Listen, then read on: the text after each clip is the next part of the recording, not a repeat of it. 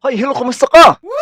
Guys, dahil mag 100k na tayo, 100k views, at sagutin natin yung mga katanungan ng ating mga followers or sa ating mga kabikers na parang naku-curious sila kung pwede bang ganito, pwede bang ganyan, ano bang dapat gawin, or halimbawa, pwede ba? Okay? Tanong ni Raquel Santa Cruz Deles. Chef, kahit hindi kulay violet ang kamote, okay lang? Yes, ma'am. Pwedeng-pwede yan kahit hindi violet, kahit puti, kahit dilaw. May kulay naman tayo kung wala kayong Bakerfield or wala kayong favorite ube, pwede naman kayong bumili din ng powder ube. Pwede rin. Kasi pag hintayin nating maghanap tayo ng violet talaga as in, hindi din talaga mahirap din maghanap. Kaya kulayan na lang natin ano man yung kulay ng kamutin yung nabibili sa inyong paggawa ng palaman ng hopya, pwedeng-pwede po yan. Okay, pag gusto nyo naman na hindi na kayo mahirapan, marami tayong nabibili ngayon sa Shopee or sa Lazada na ubi paste. Oo. Pero yun nga lang, may kamahalan. Pero pag gusto nyo talaga din na kayo na mismo mag-DIY ng ating palaman, bumili na rin kayo ng talagang pure ubi halaya. Tanong ni Edmar Escala Villar. Okay lang po ba na haplasan ng mantika yung kawali? Pwede naman, pero kung susubukan nyo po sa pagluto, hindi naman po talaga kailangan. Oo.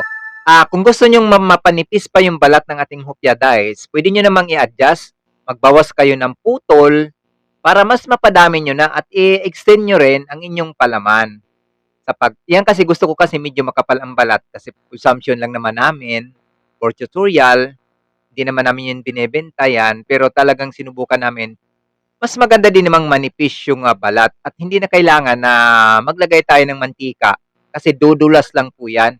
Okay? Tanong ni Nuge Property.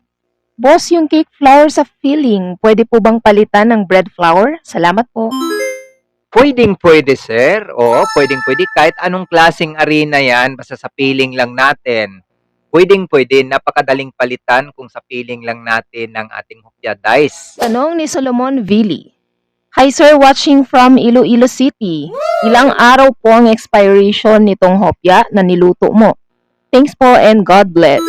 Okay, sir. Pangkaraniwan nating expiration nag-try at nag-iwan ako 4 to 5 days lang. Pero yung tamang pagkaluto ha, yun lang ang tinatagal. Pero pag gusto mong mas tumagal, gumamit po kayo ng potassium sorbate sa ating pabalat at sa ating palaman. Ngayon, ang aking maipayo dyan kasi, iyan kasing hopya dice natin, hindi naman kailangang ibibinta natin ng matagalan. Yes! Yan pala niluluto pa lang yan, nabibili na yan. Unless kung iso-supermarket po natin, talagang nangailangan tayo ng 1 week to 10 days or to 15 days. Kayo na pong bahala kung ilan ang inyong gagamitin na pang-preservatives dyan. Marami naman tayong nare-research. Tanong ni Ma'am Lenel Kizmundo. Thanks for sharing. Pwede po ba i-oven ito?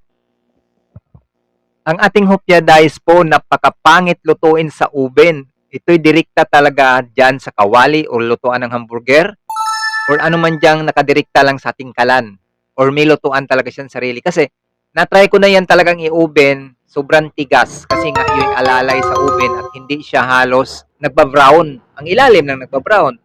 Dapat kasi yung binabali-baliktad natin para form talaga nating kwadrado. Okay? Tanong ni Ma'am Rowena Gazmin Hermono Humawan. Hi sir, watching from Australia.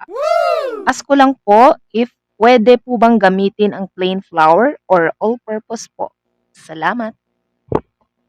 Pwedeng-pwede po ang all-purpose, ma'am, kasi yan ay maganda rin gamitin sa ating hopya, no?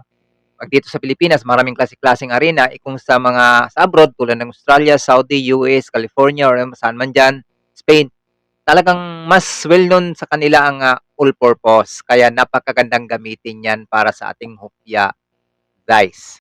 Okay, sabi ni Mami Rasol Navalta. I've done this before and I find your way saves more on ingredients and procedure. What I followed from YouTube before was making two different dough using butter. Yes, ma'am, napakaganda po yan. Hindi na kailangan nating i-double dough pa natin ang ating pabalat. Single dough lang talaga yan. Ang ating dice, note lang ha, ang ating dice, pwede tayong makaiwas dyan at palitan natin yung ating ginagamit na mantika or ang ating oil na yung oil na hindi makolesterol.